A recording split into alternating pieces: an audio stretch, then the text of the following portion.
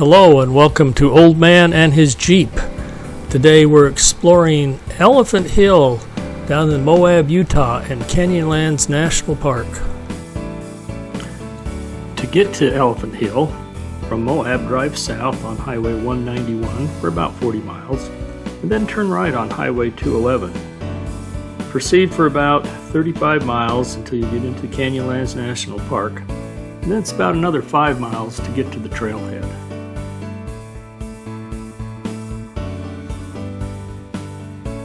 At the trailhead, we stopped for a few minutes to air down the tires and to refill our Diet Cokes before starting the climb. In my opinion, Elephant Hill is one of the best four-wheel drive roads in the state of Utah. It's not the most difficult or the most technical, but it's enough to give even the most experienced four-wheel driver a good time and teach novices how to handle tricky, technical four-wheel driving.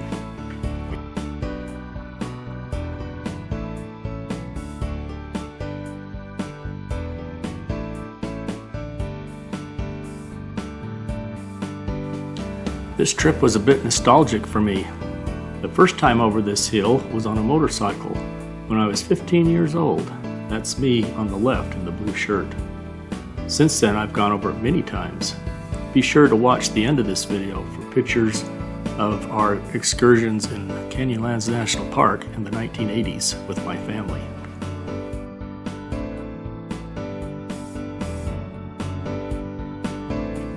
Now sit back and enjoy the ride over the best four-wheel drive road in Utah, Elephant Hill.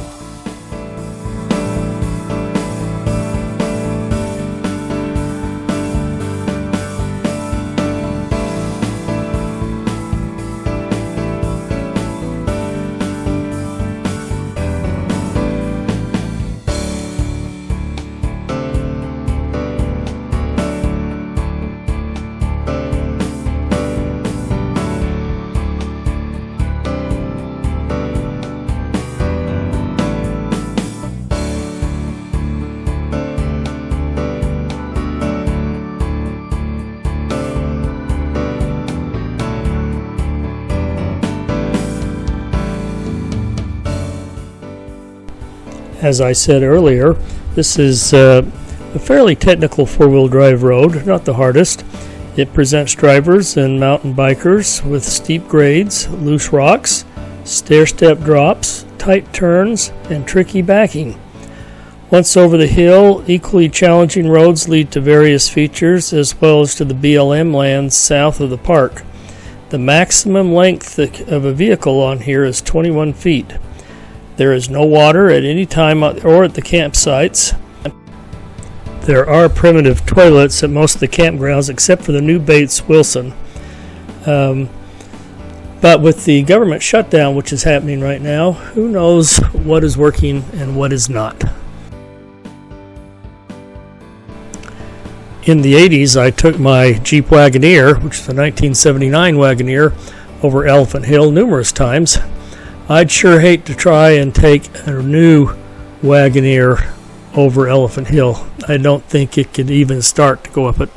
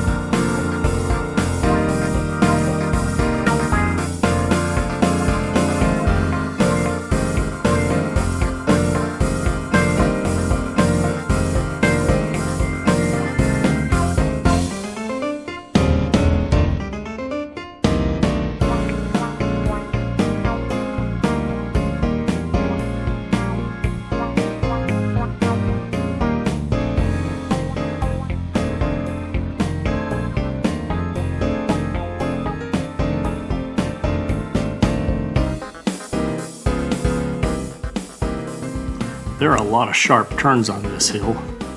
This one requires you to back down a section, which is kind of fun. But if you don't like backing down, just wait. You got to come up the other way.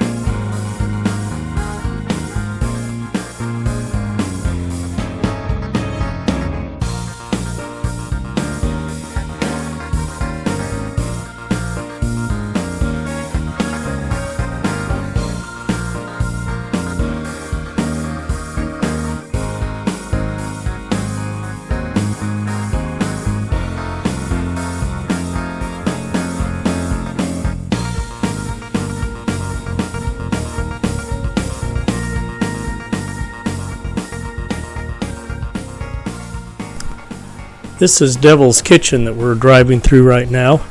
I've camped there several times.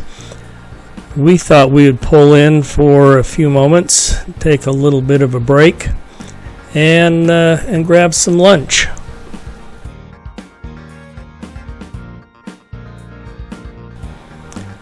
This next picture is of me at Devil's Kitchen back in the 80s.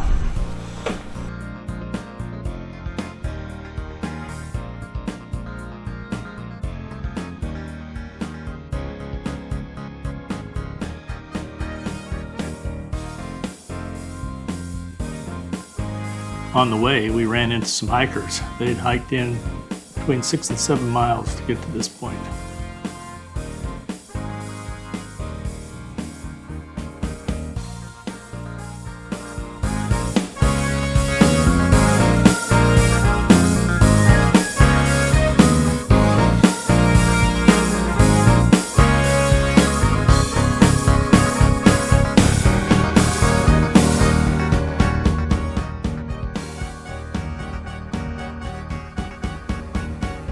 When you get to the end of the road, pull off to the side, and then it's about a 0.6 mile hike to the overlook.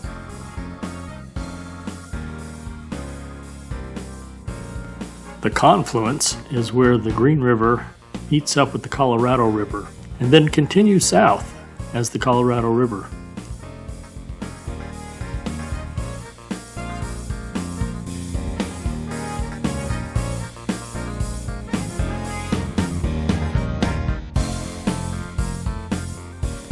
After spending time at the confluence, it was time to head back to the trailhead.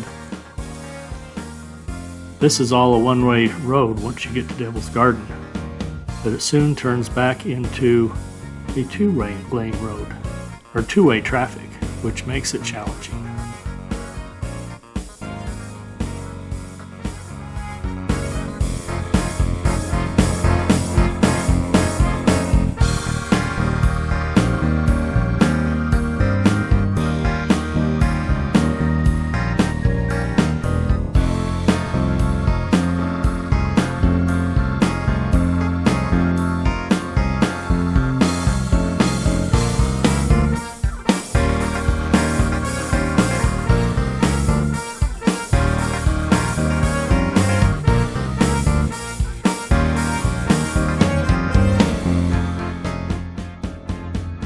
If you didn't like the part where we had to back down the trail, you'll probably like this part better when we have to back up the trail.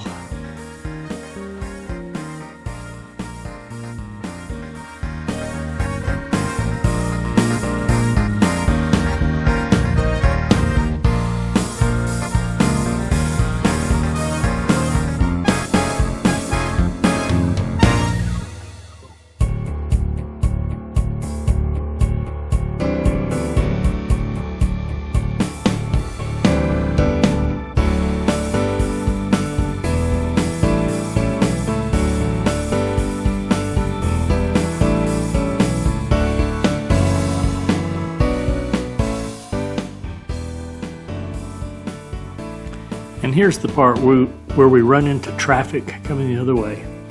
It's just a matter of finding a place to pull off to the side and letting them go by.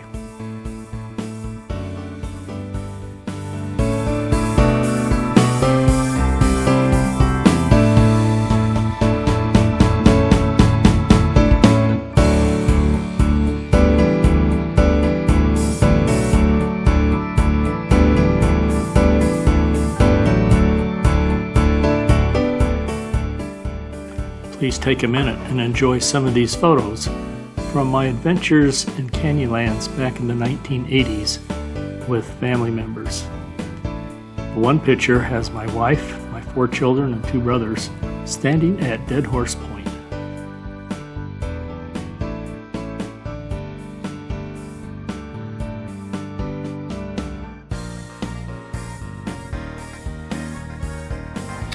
Do me a favor. Hit the like button and subscribe to my channel, Old Man and His Jeep. And stay tuned for other 4-wheel drive adventures in southwestern United States. Thanks for watching.